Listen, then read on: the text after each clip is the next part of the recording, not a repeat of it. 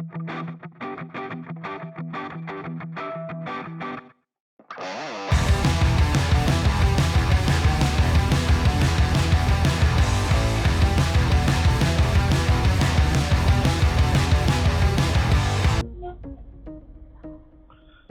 up? J Street Moto here. Welcome back to the channel. So, a little bit different kind of episode today.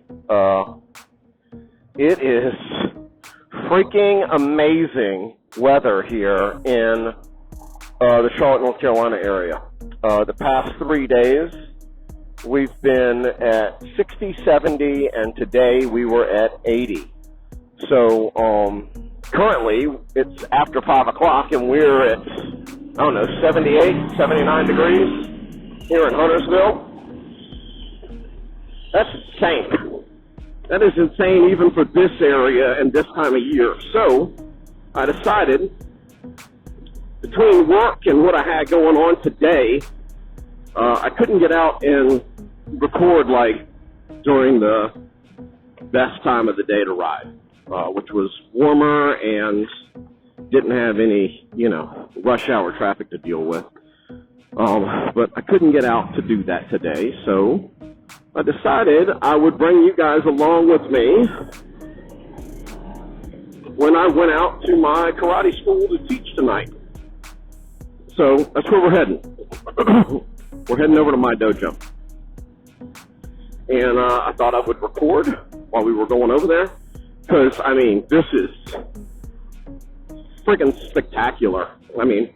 Can't ask for better weather this time of year, no matter where the hell you live. This is absolutely perfect. Little windy, little overcast, but it is, the temperature is extremely nice. It is, for those of you that ride, there's this, sweet spot that exists for riding. Ideally, somewhere between, for me at least, it's 75 and 85 degrees. When I'm between those two temperatures, it's just absolutely perfect. I can wear short sleeves and I don't have to worry about getting cold. I can wear my riding pants and not worry about getting too hot. And it's perfect. It's perfect weather. So I figured, well, what the hell? I'll record a vlog on the way out while I go to teach, and then, and maybe even record some on the way home and get some nighttime video for the first time on the channel. Because it will be dark by the time I finish with what I'm doing there.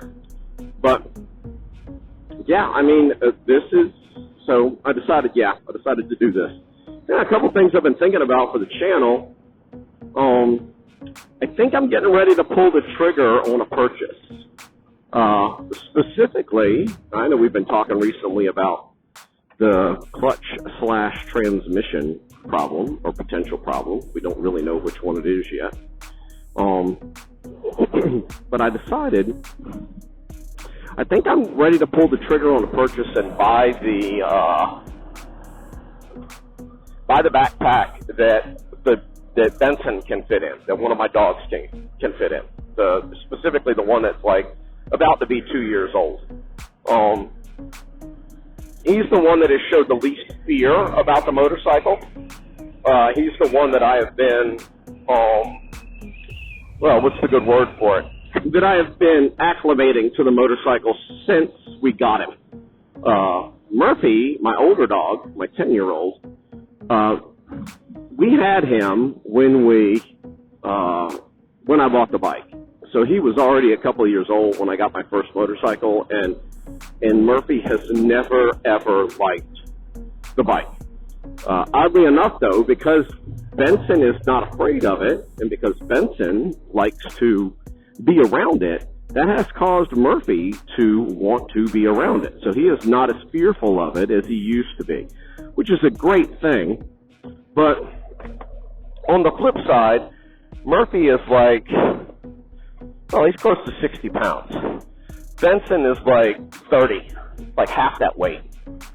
So you can imagine, for anyone that rides, you can imagine someone sitting behind you that doesn't understand English, doesn't know how to sit still, won't listen to you when you're telling them to sit still, how a 60-pound animal on my back wiggling around is going to cause problems for me while I'm riding. Well, a 30-pound animal wiggling around on my back is not going to cause the same problem. So I've opted to get a backpack that fits Benson because I think he's the one that I want to take riding with me. I think he'll enjoy it. I think you guys will enjoy seeing him riding with me. I'm really hoping now that I've got the 360 camera, if I do something like that, I can get some good shots of me and the dog, riding around. A lot of the places that I go to are dog-friendly. A lot of the biker establishments are dog-friendly. A lot of the dive bars are dog-friendly. There's even a couple of restaurants I go to that are dog-friendly, for that matter. So, there's a chance that, he could come with me quite frequently, and I'd be okay with that. I'd be all right with that as long as he, isn't, freaking out while we're riding and acting like a fool. So, I'm considering doing that. I am. I'm considering getting a backpack to put Benson in so that we can, do some riding together. Now, I would never take him on some of our long distance stuff. I just wouldn't do it. That's, it's too much of a logistical challenge. But I would take him when I'm running around town here. I would take him out, throw him in the back, and, let him ride around with me. I'm sure I'd get some decent looks. I'm sure I would get some, some attention from other motorists, which is always a positive thing. It's great when they see you, because it's too often that they don't see us at all. That's what causes them to basically run us off the damn road. But I'm hoping that this will be I won't say a new direction for the channel, but certainly give us some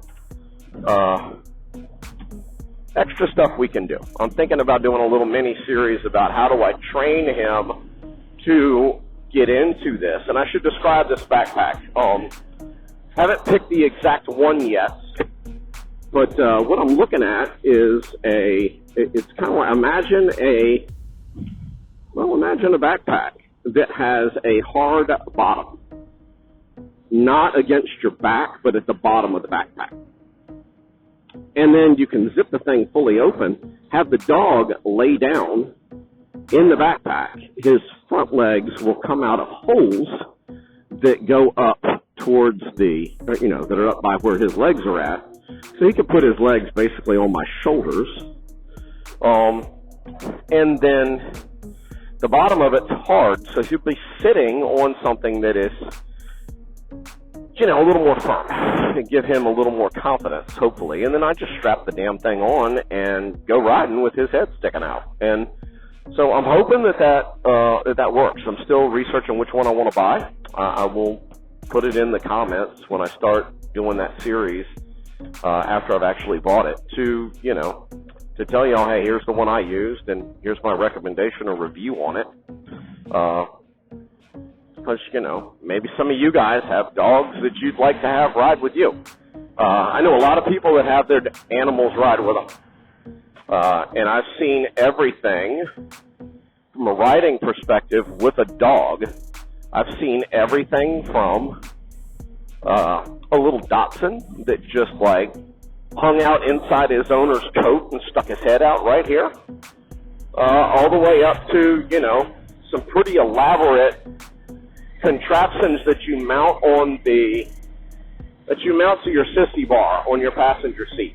Think a box with a hole cut in it for your dog's head to come out. Seen everything from one extreme to the next. I think I want the backpack. I think that'll be the easiest thing for me to do. He'd prefer it if he was, strapped to my back and near me. So that's the one I'm kind of looking at doing. We'll see. We'll see how that goes. hopefully you guys are in. Well, you know, if you're enjoying the content, please subscribe to the channel. Like the video. Those things all help me. Comment. I'm very responsive. If you go back and look at my videos where people have commented, I am very responsive to comments. I'm almost OCD about them. Meaning, when someone comments on my stuff, I make sure that I respond to them in a timely fashion. So, yeah, I mean, so comment on the videos, like the videos, subscribe to the channel. I think I'm up to I'm just shy of 240 subscribers right now, which is amazing to me, and I appreciate every single one of you. And, yeah, we are here now. We're here at where I teach, and I'm going to park the bike and stop this video. I'll do another one when we get out of here tonight. So, yeah, I'll see you guys later. Well, class is over. It went good. I gave the kids a chance to go outside and start the motorcycle, make them familiar with it. I always find it's good when they're younger to get them used to, you know, I know when I was growing up, my parents were always like, oh, let's count VW bugs and punch buggies and all that crap. But I find that it makes for a more alert driver and someone that recognizes motorcycles and looks out for us a little more if the kids are, you know, encouraged to like motorcycles early on. So yeah. So plus, this gave me a chance now. This is my first attempt at nighttime video with either camera. I'm interested to see how it comes out. I'm betting it's not going to be that good because I do have a case that's over top of the Picasso camera that I wear on my chin strap. I do have a case over it, and that case tends to do funky things with lights that are pointed at it, so it makes it a little difficult to truly see things in a video at night when I'm riding. It's a little easier when I'm like going through the neighborhood looking at Christmas lights and stuff because, you know, there's so much ambient light around that the camera doesn't really have to struggle that much to try and differentiate between light and dark like it does right now. So yeah, I just finished teaching. It was a good class. I thought it was a good class. I really enjoy the students that I have at my school. I do. I've got a very good group of kids that are engaged. I got a good group of adults that are engaged too. My adults are sick right now, so we're not having classes currently. At least this week. They had to miss this week because they were under the weather. And you know, that happens. But I couldn't be happier as a teacher for the kind of students that I have. And, you know, tonight was an enjoyable class. I got to ride. It's freaking beautiful out. I didn't check the temperature before I got on the bike to ride, but, to go home. But, I mean, I'm sitting here in a short sleeve t-shirt and a pair of, like, normal jeans. And I am completely comfortable. If I had to guess, it's probably 75 or 76 right now here, which is, I mean, it's insane for nighttime in February. And look, there's the moon, and we can't really see it right now, but I think Venus and Jupiter are over there with the moon. I don't know if the camera's even going to pick up what I just looked at, so we'll see. You're getting to ride through the construction zone that I have to go through, or that I've been going through for the past 4 months to get to my house. It's ridiculous. They're changing the exchange over from Interstate 77 to the road that I live off of. So they're doing some construction there currently, and they've got everything torn up. And it's just making for more traffic. But I know what they're doing. I know what kind of configuration they're putting in because they put it in a couple of places a little further north of us. and it really alleviated a lot of the traffic problems they were having. So I'm looking forward to when this is going to be done. Not looking forward with the pain of going through, having to, deal with it while they're building it is the best way to put that. It's just a pain in the ass. But it's a gorgeous night tonight to ride. I'm glad I took the bike to class. It meant that I didn't have some of the things I needed there tonight for something that I ended up doing. So I got a couple of kids that have to wait until Tuesday to find out what happened tonight. But yeah, just gorgeous. I tell you, every single year, I get more and more,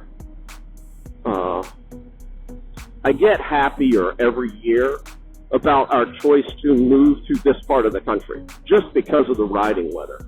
I mean, that wasn't why we moved here. I mean, hell, I didn't even have a motorcycle at the time that we first moved down to this area. But I absolutely love the weather in this area. It is so conducive to riding pretty much all the time. And I mean, even when it's cold, it's never really super cold, at least not for really long periods of time. Oh, there's Venus and Jupiter. I can see them now. It got a little darker, and you're able to see them. I'm hoping the camera can pick it up. If it can't, maybe the 360 did. We'll see. I don't know. I'm really interested to see how this footage turns out from taping at night. And I'm hoping and praying that I don't, hit a deer on the way home. Although it would at least get caught on camera, and that, be an interesting video for folks. Got no desire to hit a deer. I've almost hit 3 of them living where we live here. We're in a township, and they do not allow you to hunt deer inside the city limits. So that means we have an overabundance of deer in our area. That means they're always out and about, walking around. I see them in my yard from time to time, and I do not have a big yard. It's not like I live out in the country. You know what I mean? But yeah, so we've got a major deer problem here in our town, and it has almost cost me to hit 3 of them. At least on 3 different occasions, I've almost hit deer. So it's also caused coyotes to really start migrating into the city. So now we got to worry about our dogs and stuff being outside and not getting attacked by a coyote, because the coyotes are here eating deer and the rabbits and everything else that ends up, propagating out here. Hoping I don't hit a deer tonight. Right here along this section of road is where they travel the most, because we've got basically big open areas on each side of the street, and they tend to migrate through there. I don't think I've talked about it before, but yeah, I do hunt. I am a hunter. It's something that I started recently. I've always wanted to do it, and never really had the opportunity or the people to help me learn how to do it. I don't like doing anything halfway. I like doing stuff. If I'm going to do it, I want to know how to do it. I mean, when I jumped in the water and started hunting, David actually he's my mentor when it comes to that. He's been doing it a lot longer than I have, and he kind of took me under his wing and helped me with everything that I needed to get, hooked me up with a place to go. But when I went into it, I dove into it full bore. So I mean, it's all right. Where am I shooting the deer at? How do we pick the right one to harvest?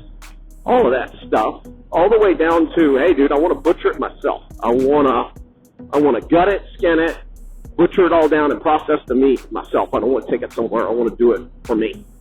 And so I've done that. I've jumped into it with both feet, and but yeah, so ride's over, I'm home, and I hope this video turned out. And always, ride safe.